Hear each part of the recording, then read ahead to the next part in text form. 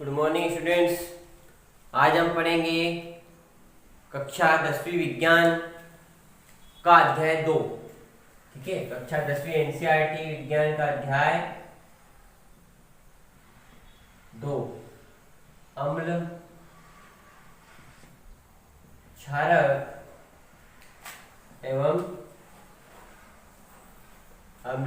एवं लवण। ठीक है, इस अध्याय में आपने हमने देखा इसके अध्याय के पहले की जो आपको मैंने वीडियो दे दी हैं, भाग इसका 1 मैंने आपको दे दिया है, भाग 2 के भी वीडियो आपको मैंने पहुंचा दिए हैं। अब हम इसमें भाग 3 पढ़ेंगे। भाग 3 के अंदर हम कुछ चीजें पढ़ेंगे इस अध्याय में। ठीक है, हमने क्षारक एवं लवण अध्याय में कुछ चीजें हम पढ़ेंगे। इन चीजों में हम देखेंगे कि हम पढ़ेंगे जलीय विलयन में अम्ल तथा क्षारकों का क्या होता है। ठीक है, क्या देखेंगे हम कि जलीय विलयन में अम्ल एवं क्षारकों का क्या होता है, जलीय विलयन में इनका क्या होता है। तो इसके लिए हम एक टेस्ट ट्यूब लेंगे। ठीक है, कुछ एक्टिविटी करेंगे। इसके लिए टेस्ट ट्यूब लिया हमने। टेस्ट ट्यूब के अंदर हमने क्या भर लिया, 1 ग्राम NaCl। ठीक है, 1 ग्राम NaCl ले लिया हमने, सोडियम क्लोराइड। 1 ग्राम हमने सोडियम क्लोराइड ले लिया। इसके अंदर हमने क्या डाल दिया, सांद्र सल्फ्यूरिक अम्ल। क्या डाला, सांद्र सल्फ्यूरिक अम्ल। ड्रॉपर की सहायता से डालना है आपको, है ना। ड्रॉपर, इसकी सहायता से, ड्रॉपर की सहायता से यहाँ पर हम सांद्र सल्फ्यूरिक अम्ल डालेंगे। ठीक है, ड्रॉपर की सहायता से हमने सांद्र सल्फ्यूरिक अम्ल इसके अंदर ऐड किया। तो ऐड करने के बाद जो गैस निकलती है यहाँ से, जो गैस यहाँ से रिमूव होगी, उस गैस को हम चेक करेंगे। ठीक है, जो गैस यहाँ से रिमूव होगी उसको हम किससे चेक करेंगे, उसको हम लिटमस पेपर से चेक करेंगे। ठीक है, किससे, लिटमस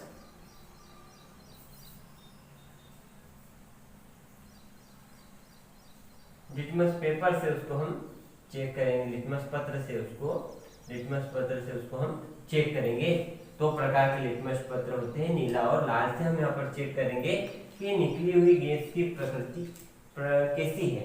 ठीक है, और यदि एटमॉस्फेयर में नमी है तो हम किसका उपयोग करें, जो कैल्शियम क्लोराइड की ट्यूब का उपयोग करेंगे, यदि वातावरण में आर्द्रता नमी ज्यादा है तो। इस लिटमस पत्र से इस निकलने वाली गैस को हम चेक करेंगे। तो हम देखते हैं कि कौन सी गैस निकलेगी इससे। यदि हम सांद्र सल्फ्यूरिक अम्ल और NaCl डालेंगे तो आपकी HCl गैस निकलेगी। ठीक है, हाइड्रोक्लोरिक गैस जो है, हाइड्रोक्लोराइड गैस जो निकलेगी उसको हम चेक करेंगे किससे, लिटमस पत्र से, कि लिटमस पत्र पर वो गैस कैसा व्यवहार करती है। लिटमस पत्र नीले को लाल करती है कि लाल वाले को नीला करती है, किस प्रकार से व्यवहार करती है। तो ये प्रयोग यदि हम करते हैं तो करने से हमें ये पता चलता है कि जो गैस, जो हाइड्रोक्लोराइड जो गैस निकली है, वो क्या करती है, जब नमी होती है, क्या होती है, नमी होती है, तब ये गैस जो है, तब ये लिटमस पत्र का कलर नीले से क्या हो जाता है, लाल हो जाता है। क्या हो जाता है, नीले से लाल हो जाता है। कब, जब नमी होती है, तब नमी।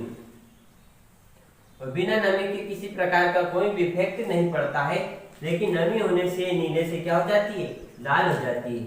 यानी नीले से लाल हुई मतलब क्या है, ये अम्ल। ठीक है, अम्ल ही करता है ना नीले से लाल। तो नीले से लाल हुई मतलब क्या है कि अम्ली व्यवहार कर रही है। और कब कर रही है, जब नमी होती है तब। यानी हम यूँ कह सकते हैं कि जो क्लोरीन जो होती है या हाइड्रोक्लोराइड गैस जो होती है, वो नमी की उपस्थिति में ही हाइड्रोजन आयन प्रोड्यूस करती है। ठीक है, क्योंकि अम्ल कब अम्ल कहलाएगा, जब वो हाइड्रोजन आयन प्रोड्यूस करेगा। तो यहाँ पर हमें पता चला, स्पष्ट हुआ कि जब वो नमी होगी, यानी पानी होगा, ह्यूमिडिटी होगी, तो ही ये अम्लीय व्यवहार करेगी। यानी अम्ल अम्ल का व्यवहार कब करता है, जब उससे हाइड्रोजन निकलता है। और कब निकलेगा, जब उसमें पानी हो, मॉइस्चर, ठीक है, नमी हो, तभी वो हाइड्रोजन आयन निकलता है। बिना नमी के हाइड्रोजन आयन नहीं निकलता है। यदि आंध्र HCl गैस को हम चेक, जो सूखी होती है, सूखी शुष्क HCl गैस को यदि चेक करें लिटमस पेपर से, तो कोई व्यवहार नहीं लिटमस पत्र पर आएगा। लेकिन लिटमस पत्र को यदि हम गीला कर लेंगे, नमी वाला कर लेंगे, सूखे लिटमस पत्र पर कोई व्यवहार नहीं करेगी। लेकिन गीले वाला लिटमस पत्र यदि हम यहाँ रखेंगे तो वो नीले से लाल हो जाएगा, गीला लिटमस पत्र। और इससे स्पष्ट होता है कि HCl का व्यवहार करेगी अम्ल का, जब वो लिटमस पत्र गीला होगा, उसमें नमी होगी। ठीक है, तो अम्ल अम्ल का व्यवहार कब करता है, जब उसमें नमी हो या जो है जल में ही यह हाइड्रोजन आयन निकलता है, जल के साथ ही हाइड्रोजन में आयन निकलता है। यानी हम कह सकते हैं HCl प्लस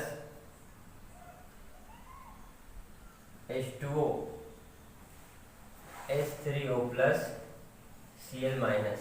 ठीक है, तो इस प्रकार से यह जो है हाइड्रोजन आयन ये पानी के साथ रहता है, इसलिए हम हमेशा करते हैं H प्लस AQ एक्वस, या इसको क्या बोला जाता है, हाइड्रोनियम, हाइड्रोनियम आयन H3O।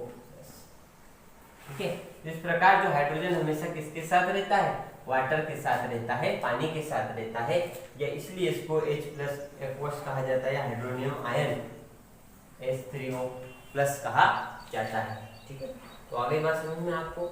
इस प्रकार हमने देखा कि जो है हाइड्रोजन आयन कब प्रोड्यूस होंगे, जब नमी होगी। ठीक है, ठीक, इससे हमें स्पष्ट हो गया कि जलीय विलयन में अम्ल और क्षारकों क्या होता है। तो जलीय विलयन में अम्ल जो है, तो जलीय विलयन में ही अम्ल के अंदर हाइड्रोजन आयन उपस्थित होता है। यदि जल नहीं होगा तो हाइड्रोजन आयन नहीं निकलता है। ठीक,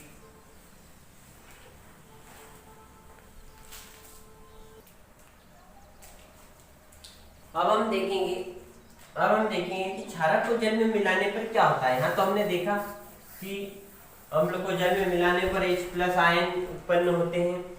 ठीक है, अब हम देखेंगे क्षारक को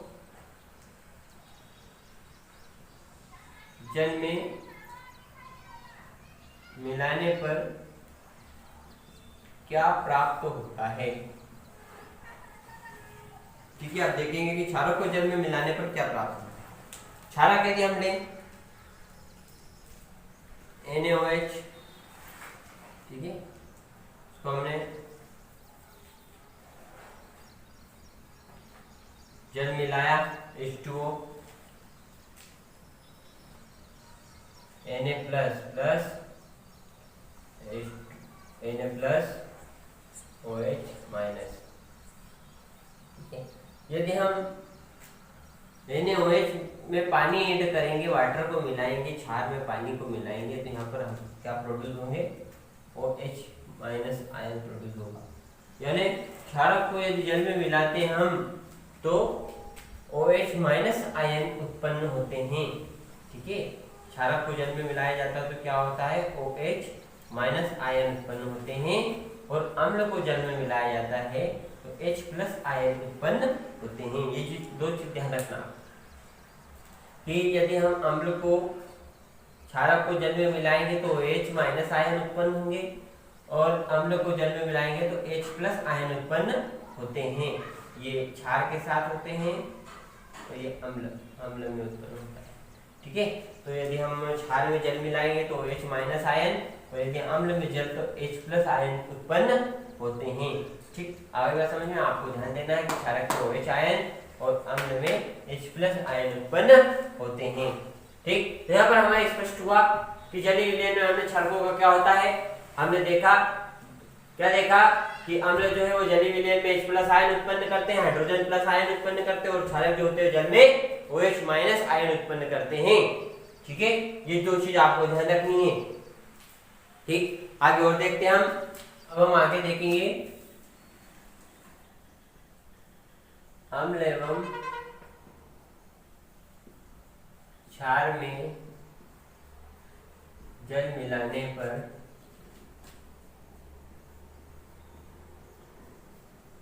क्या होता है।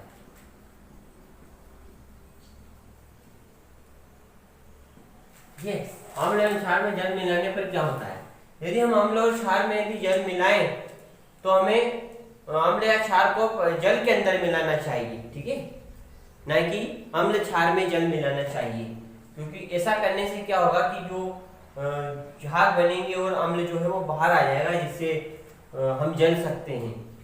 और जब भी हम जल के अंदर अम्ल क्षार को मिलाएं, मान लो कि टेस्ट ट्यूब, ठीक है, इसके अंदर जल भरा हुआ है, अब इसके अंदर हमें मिलाना है अम्ल को, तो हम इसके दीवार के सहारे, ठीक है, दीवार के सहारे इसको हम डालेंगे धीरे धीरे, और धीरे धीरे डालते जाएंगे और उसको हिलाते जाएंगे, ठीक है, हिलाते जाएंगे, धीरे धीरे डालते जाएंगे। यदि हमने अचानक से इसमें डाल दिया तो ये अत्यंत उष्माक्षेपी अभिक्रिया होगी। यहाँ पर क्या होगी, अत्यंत उष्माक्षेपी। और उष्माक्षेपी आपको मालूम है, क्या मालूम है, अत्यंत उष्माक्षेपी अभिक्रिया होगी, यानी बहुत ज्यादा मात्रा में ऊर्जा ऊष्मा का निर्माण होगा। और कभी कभी तो क्या होगा कि अचानक से यदि आपने मिलाया तो जिस टेस्ट ट्यूब या जो चीजें लेते हैं हम, वो क्या हो जाएगी, वो कांच का पात्र फूट सकता है, टूट सकता है, ठीक है, वो टूट जाएगा, क्योंकि बहुत ज्यादा मात्रा में उष्मा का निर्माण होगा। यदि हम इसमें धीरे धीरे भी मिलाएं और इसको टच करके देखें, उसको फील करें, तो हमें क्या हॉट लगेगी, गर्म लगेगी, क्योंकि यहाँ पर उष्माक्षेपी अभिक्रिया होगी, जिससे उष्मा का निर्माण होगा। तो कभी भी जल के अंदर अम्ल या क्षार मिलाते समय हमें ध्यान देना है कि उसको धीरे धीरे मिलाएं, धीरे धीरे मिलाने के साथ साथ उसको हिलाते रहें, ताकि वो जो पात्र है वो जो है वो टूटे नहीं। यदि हमने अचानक मिला दिया तो बहुत ज्यादा मात्रा में उष्माक्षेपी अभिक्रिया होगी, उष्मा का निर्माण होगा, जिससे ये टूट सकता है, या फिर इसके अंदर का जो है वो अम्ल है वो बाहर आ सकता है, और जिससे हमें इंजरी हो सकती है या हम जल सकते हैं, ठीक है। तो इस प्रकार से अम्ल और क्षार में जल मिलाने पर अत्यंत उष्माक्षेपी अभिक्रिया होती है। क्या होती है, अत्यंत उष्माक्षेपी अभिक्रिया, ठीक है, और जिससे अत्यधिक मात्रा में उष्मा का निर्माण होता है, ठीक है। तो इसलिए मिलाते समय हमें उसको हिलाना है, और हिलाते हुए उसको आराम से धीरे धीरे उसको मिलाना है, ठीक है। या हम कह सकते हैं कि अम्ल या क्षार को जल में मिलाने पर, अम्ल क्षार को जल में मिलाने पर उसके आयन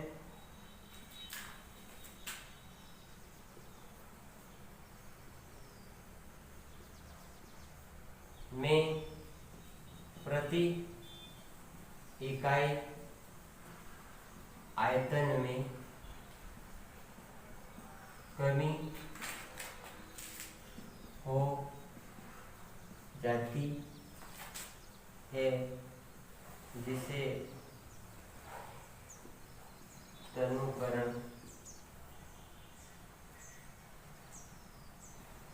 कहते हैं, ठीक है। क्या होगा कि अम्ल या क्षार को जल में मिलाने पर उसके आयतन में, ठीक है, अम्ल क्षार को जल में मिलाने पर उसके आयन H3O+ या OH- में प्रति इकाई आयतन में कमी हो जाती है, जिसे तनुकरण कहते हैं। वो तनु हो जाएगा, यानी हल्का हो जाएगा, ठीक है। हम शब्द यूज करते हैं ना, तनु और सांद्र। तो तनु यानी प्रति इकाई आयतन में हाइड्रोजन आयन की कमी हो जाती है, या OH- आयन की कमी हो जाती है, ठीक है, जल के अंदर, और जिससे वो क्या हो जाता है, तनु, उसको तनुकरण कहते हैं, ठीक। तो इस प्रकार से हम लोग क्षार जल मिलाने पर क्या होता है, हमने देखा क्या होता है, ठीक है। तो वो सावधानी से मिलाना चाहिए अम्ल जल के अंदर क्षार और अम्ल को, ठीक है ना। हमें अम्ल और क्षार, ये एडवाइस दी जाती है, ये हमें बोला जाता है कि अम्ल और क्षार को जल में मिलाना चाहिए, ना कि अम्ल या क्षार के अंदर जल मिलाना चाहिए, ठीक है। इनके अंदर हम जल नहीं मिलाएंगे, इनको इसके अंदर, जल के अंदर डाला जा सकता है, वो भी धीरे धीरे स्टीयर करके हिलाते हुए, ठीक है। यदि हम जल को इनके अंदर डाल देंगे तो अत्यंत उष्माक्षेपी अभिक्रिया हो जाएगी, बहुत ज्यादा मात्रा में उष्मा उत्पन्न होगी, जिससे वो कांच जो है टूट जाएगा, ठीक है। तो इस प्रकार से अम्ल एवं क्षार में जल मिलाने से क्या होता है, ये हमने देखा। इसके आगे और भी हम कुछ देखते हैं। आगे हम देखते हैं अम्ल एवं क्षार के विलयन कितने प्रबल होते हैं। ठीक है, अम्ल एवं क्षार के विलयन कितने प्रबल होते हैं। तो यदि मैं आपको कोई विलयन दूं, ठीक है, ये टेस्ट ट्यूब में आपको विलयन मैंने दे दिया, ठीक है, ये विलयन मैंने आपको दे दिया, तो आप इसको सिर्फ क्या कर सकते हो, एक पीएच पेपर के द्वारा या लिटमस पत्र के द्वारा आप सिर्फ ये बता सकते हो कि विलयन अम्लीय है कि क्षारीय है। ठीक है, उसको तो आप बता सकते हो, ठीक है, कि अम्लीय है कि क्षारीय, किससे बता सकते हो, लिटमस पत्र से। यदि वो अम्ल होगा तो नीले से लाल हो जाएगा, और यदि क्षार होगा तो लाल से नीला हो जाएगा, ये तो हम बता सकते। लेकिन हम ये नहीं बता सकते कि कितना अम्लीय है, यानी ज्यादा अम्लीय है कि कम अम्लीय है, ये हम नहीं बता सकते हैं पीएच पत्र से। किससे, लिटमस पत्र से हम ये नहीं बता सकते। अभी तक जो पढ़ा उसमें हम ये बता सकते हैं कि ये अम्ल है कि क्षार है। लेकिन अब जो है यहाँ पर हमें ये बताना है कि अम्ल क्षार के विलयन कितने प्रबल होते हैं, यानी बहुत ज्यादा अम्लीय होते हैं या बहुत ज्यादा क्षारीय होते हैं, या आपको दुर्बल अम्ल होते हैं या दुर्बल क्षार होते हैं। इसके लिए एक पत्र होता है या जिसको कहा जाता है पीएच स्केल। ठीक है, इसके लिए पीएच स्केल होता है। अब इस पीएच स्केल से हम बता सकते हैं कि अम्ल और क्षार कितने प्रबल और कितने दुर्बल होते हैं। ठीक है, अब पीएच स्केल जो होता है उसके अंदर 1 से लगाकर एक स्केल होता है, इसमें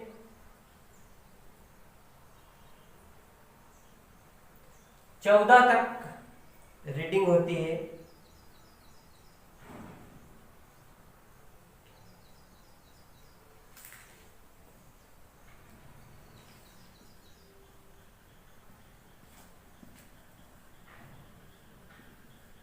ठीक है, ये जो 1 से लगाकर 14 तक इसमें रीडिंग होती है। और यदि हम देखें तो यहां पर क्या होता है, ये उदासीन होता है। ठीक है, अब किसी विलयन का यदि हमें पीएच ज्ञात करना है तो ये एक पीएच पत्र होता है। क्या होता है, पीएच पत्र। उस पत्र को हम उस विलयन में डुबोकर कलर से मैच करके हम देख सकते हैं। पीएच पत्र पर 7 जो है 14 कलर रहते हैं, इन 14 रंगों से उसको मिलाकर देख लेते हैं कि किससे वो मिल रहा है, और जिससे मिलेगा वो हमारा उस विलयन का पीएच होगा। ठीक है, तो पीएच स्केल या पीएच पत्र के द्वारा हम अम्लीयता और क्षारीयता को बता सकते हैं कि कोई विलयन कितना अम्लीय है और कितना क्षारीय है। ठीक है, तो पीएच स्केल में पी फॉर पोटेंस, जर्मन भाषा का शब्द होता है पोटेंस, या उसको पावर शक्ति कहते हैं। ठीक है, एच फॉर हाइड्रोजन, तो पावर ऑफ हाइड्रोजन के द्वारा यानी हाइड्रोजन आयन के कॉन्सेंट्रेशन के द्वारा हम बता सकते हैं कि कोई विलयन कितना प्रबल अम्लीय है या दुर्बल अम्ल है, या प्रबल क्षार या दुर्बल अम्ल है। ठीक है, तो इस स्केल के अंदर 1 से लगाकर 14 तक रीडिंग होती है। 7 पर उदासीन होता है कोई भी विलयन। और यदि हम 7 से इधर आए, क्या आए, 7 से इधर आए तो H प्लस आयन सांद्रता बढ़ती है। H प्लस आयन सांद्रता क्या होती है, बढ़ती है। ठीक है, H प्लस आयन सांद्रता बढ़ती है। और यदि हम इधर जाएं तो H प्लस आयन सांद्रता क्या होती है, घटती है। ठीक है, H प्लस आयन सांद्रता क्या होती है, उधर घटती है, इधर बढ़ती है और इधर घटती है। ठीक है, और यदि कोई विलयन, यदि हम इधर से इधर जाएं 7 से, तो अम्लीयता क्या होती है, अम्लीयता जो है बढ़ती है। ठीक है, उधर से इधर आए। ठीक है, किधर से, 7 से इधर आए हम, 6 5 4 3 2 1, तो अम्लीयता क्या होती है, बढ़ती है। और 7 से यदि हम इधर जाएं तो क्षारीयता बढ़ती है, अम्लीयता घटती है और क्षारीयता बढ़ती है। ठीक है, अब मैं यदि यहाँ आपको बोलूं कि भैया आपके पास 2 विलियन, एक का पीएच जो है, अब कोई विलियन है, मैं आपसे पूछूं कि कोई विलियन है जिसका पीएच 4 है, तो आप बताइए अम्लीय है कि क्षारीय, बता सकते हो आप अम्लीय है कि क्षारीय है।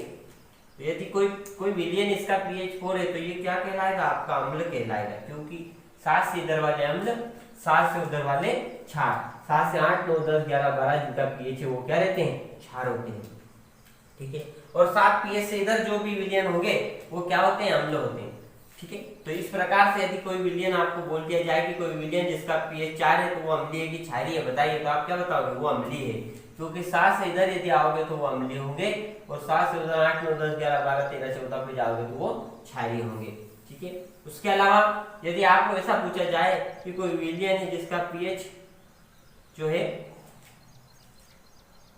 1 है, ठीक है, या 2 है, ठीक है, तो अब बताइए वो प्रबल अम्ल है कि अम्ल है, प्रबल अम्ल है, दुर्बल अम्ल है, ठीक है। तो क्या है, पीएच इसका 2 है तो ये प्रबल है, ठीक है, प्रबल अम्ल है। इधर आएंगे तो अम्लता बढ़ती जाती है, ठीक है, 5 से ज्यादा अम्लीय 4 है, 4 से ज्यादा अम्लीय 3, जिसका पीएच विलियन का 3 है वो ज्यादा अम्लीय होगा, जिस विलियन का पीएच 2 होगा वो और अम्लीय होगा, और जिसका 1 होगा वो बहुत ज्यादा अम्लीय होगा। तो इधर इधर आते जाओगे आप 6 से 5 4 3 2 1, तो अम्लता बढ़ती जाएगी, ठीक है। और यदि आप 7 से इधर जाओगे तो क्षारीयता बढ़ती जाएगी, 8 से ज्यादा क्षारीय 9 से ज्यादा क्षारीय 10 पीएच जिसका है विलियन का, जिस विलियन का पीएच 11 है वो और क्षारीय, जिस विलियन का पीएच 12 है वो और क्षारीय, जिसका 13 है वो और क्षारीय, और जिसका 14 है वो बहुत ज्यादा क्षारीय विलियन कहलाएगा। इस प्रकार से उधर जाओगे तो क्षारीयता बढ़ती जाएगी, इधर आओगे तो क्षारीयता जो है वो, इधर आओगे तो अम्लीयता बढ़ती जाएगी, ठीक है, ठीक। आपको पीएच स्केल समझ में आया होगा कि पीएच स्केल क्या है, पीएच स्केल से के द्वारा हम किस प्रकार से विलियन की अम्लता और क्षारीयता को बता सकते हैं कि कोई विलियन कितना अम्लीय है और कितना क्षारीय है। 7 पर कोई भी विलियन जो है वो 7 जिस विलियन का पीएच है वो क्या रहेगा, उदासीन, ठीक है। तो 7 जो है उदासीन बिंदु होता है, यहाँ पर कोई भी विलियन जो है जिसका पीएच 7 है वो क्या रहता है, उदासीन, ठीक है। तो इस प्रकार से ये पीएच स्केल हो, ठीक है। अब हम देखते हैं कि दैनिक जीवन में अब कुछ विलियन होते हैं उनका पीएच, कुछ विलियन जैसे जठर रस जो होता है, जठर रस जो हमारे आमाशय में होता है, पेट में कभी कभी खट्टी डकारें आती होंगी आपने देखा, उसका पीएच 1.2 होता है, क्या होता है, 1.2 पीएच। उसके अलावा जठर रस के अलावा जो आपका नींबू का रस है, उसका 2.2 पीएच होता है, 2.2 पीएच होता है, ठीक है। उसके बाद में 7 पीएच जो है होता है शुद्ध जल का पीएच,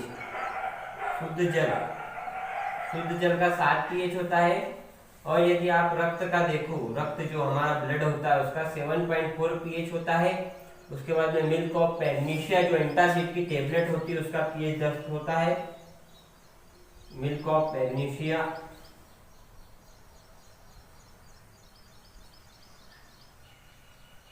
मिल्क ऑफ मैग्नीशिया जो है उसका पीएच 10 होता है, एंटासिड की गोली मिल्क ऑफ मैग्नीशिया। उसके अलावा आपका NaOH जो होता है, NaOH सोडियम हाइड्रोक्साइड जो कि जिसका पीएच जली विलियन जो उसका होता है, उसका पीएच कितना होता है, 14 होता है। तो इस प्रकार से कुछ विलियन होते हैं जिनका पीएच होता है शुद्ध जल, रक्त, और मैंने आपको जठर रस, नींबू का रस का बताया, ठीक है। तो इस प्रकार से बहुत सारे विलियन का पीएच आप पीएच स्केल के द्वारा भी ज्ञात कर सकते हो, उस पीएच स्केल से आप बहुत सारे विलियन का पीएच निकाल सकते हो। और भी बहुत सारे, जैसे बहुत सारे आपके पदार्थ हैं जिनके अंदर जो है अम्ल पाया जाता है, जैसे हमारा नींबू है सिट्रिक अम्ल, टमराइन इमली के अंदर टाइट्रिक अम्ल, आपका टमाटर ऑक्जेलिक अम्ल, आपका जो दूध होता है, दूध के अंदर उसका दही बनता है, खट्टा होता है, वो लैक्टिक अम्ल होता है। तो इस प्रकार से बहुत सारे खाद्य पदार्थ के अंदर जो खट्टे होते हैं या फल जो होते हैं खट्टे, संतरा सिट्रिक अम्ल। तो इस प्रकार से बहुत सारे जो खाद्य पदार्थ है उनके अंदर अम्ल होता है, ठीक है। इसके अलावा जो एंट बाइट यानी चींटी काटती है वो भी जो है आप क्या करती है, अम्ल को छोड़ देती है हमारी बॉडी में, जिससे हमें जलन होती है। ठीक है, तो कुछ जीव भी होते हैं जो अपनी सुरक्षा के लिए अम्ल का इस्तेमाल करते हैं। ठीक है, और भी हम देखते हैं। अब हम महत्व देखते हैं, क्या देखते हैं हम, महत्व दैनिक जीवन में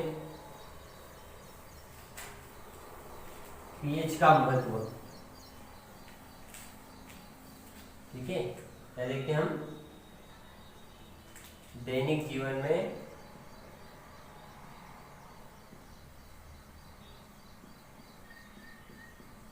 पीएच का महत्व। तो दैनिक जीवन में पीएच का बहुत महत्व होता है, क्योंकि हमारी जो शरीर है, यदि हम हमारी बात करें तो हमारा शरीर जो होता है वो हमारा शरीर जो एक निश्चित परास में, हमारा शरीर एक निश्चित परास में ही काम करता है। पीएच की 7.0 से 7.8 पीएच जो हमारे शरीर का होता है, इसी परास में हमारी सारी एक्टिविटी, सारी क्रियाएं होती है हमारे शरीर के अंदर।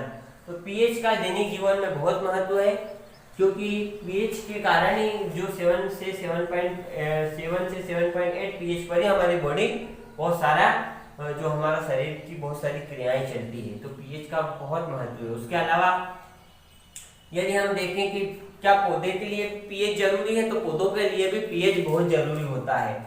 यदि वर्षा जल का पीएच 5.6 से कम हो जाता है, जो वर्षा का जल होता है उसका पीएच 5.6 से कम हो जाता है, तो क्या होता है, अम्लीय वर्षा होती है जिससे फसलें जल जाती है। ठीक है, अम्लीय वर्षा होती है जिससे फसलें जल जाती है यदि पीएच का मान 5। और उसके अलावा जो पानी, अम्लीय वर्षा नीचे गिरा पानी बहता हुआ नदियों में गया, तालाबों में गया, तो वहां पर पाए जाने वाले जो जलीय जीव होते हैं, वो जलीय जीव के लिए जो है जिंदा रहना या उनको लाइफ को सर्वाइव करना मुश्किल हो जाता है यदि पीएच का मान 5.6 से कम हो जाता है। तो बहुत सारे जीव भी एक निश्चित परास पर ही जीवित रहते हैं और अपनी वृद्धि करते हैं, और हमारा शरीर भी जो है वो 7 से 7.8 पीएच पर ही वर्क करता है, की क्रियाएं, हमारे शरीर की सारी क्रियाएं चलती है। उसके अलावा दंत क्षरण होता है। दंत क्षरण यानी हमारे दांत जो है, दांतों का इनेमल, ठीक है, दांतों का इनेमल भी जो है वो कम, दांत जो है वो टूटने लगते हैं यदि हमारे माउथ का पीएच, हमारे मुंह का पीएच 5.5 से कम हो जाता है। ठीक है, 5.5 से कम यदि हो जाता है तो हमारे दांतों का क्षरण भी होने लगता है, जिससे दांत हमारे टूटने लगते हैं, उनका इनेमल जो है वो कम होने लगता है। ठीक है, और इस प्रकार से बहुत सारी चीजें जो है हमारे दैनिक जीवन में पीएच पर डिपेंड करती है। तो दैनिक जीवन में पीएच का बहुत महत्व है। पौधे भी एक निश्चित पीएच पर ही काम करेंगे, हमारा शरीर भी एक निश्चित पीएच पर काम करता है। हमारे दांतों का क्षरण होने लगेगा यदि पीएच का मान कम होने लगेगा तो, क्योंकि माउथ के अंदर, मुंह के अंदर अम्लता बढ़ती जाएगी। इसलिए डॉक्टर एडवाइस देते हैं कि दिन में 2 बार ब्रश कीजिए, क्षारीय पेस्ट यूज कीजिए, जिससे आपके अम्ल का, जिससे आपके माउथ का पीएच क्या हो, कम नहीं हो। ठीक है, जिससे दांत आपके जो है वो टूटे नहीं। तो इस प्रकार से दैनिक जीवन में पीएच, हम हमारे बगीचे की मिट्टी का भी पीएच चेक कर सकते हैं। उसके लिए 2 ग्राम मिट्टी लेने बगीचे से, उसको 5 ml पानी के अंदर घोल ले और उसको छान ले। जो छनित रहे उसको पीएच पेपर के द्वारा, जो है पीएच स्केल के द्वारा हम उसको चेक कर लें कि वो पीएच उसका क्या है। पीएच को चेक करना आसान होता है, पीएच पत्र होता है जिसके द्वारा हम उसको चेक कर सकते हैं। और आपकी बुक में कलर दे रखे हैं, 1 से लगा के 14 तक जो स्केल होता है वहां तक कलर होते हैं। उस विलियन में उस पीएच पत्र को डुबाने के बाद जो भी कलर आता है, उसको उससे मैच करते हैं, तो उससे हमें पता चल जाता है कि विलियन का पीएच कितना है। ठीक है, तो इस प्रकार से हम बगीचे की मिट्टी का भी पीएच चेक कर सकते हैं। तो यहाँ पर हमने देखा पीएच स्केल के महत्व के बारे में, है ना, दैनिक जीवन में क्या महत्व होता है। इस प्रकार से हमारा ये भाग कंप्लीट हुआ, और भी जो है कुछ बचा हुआ है वो हम अगले भाग में देखेंगे। ठीक है, यदि आपको वीडियो अच्छा लगा तो लाइक करें, सब्सक्राइब करें और शेयर करें। ठीक है, धन्यवाद, थैंक यू।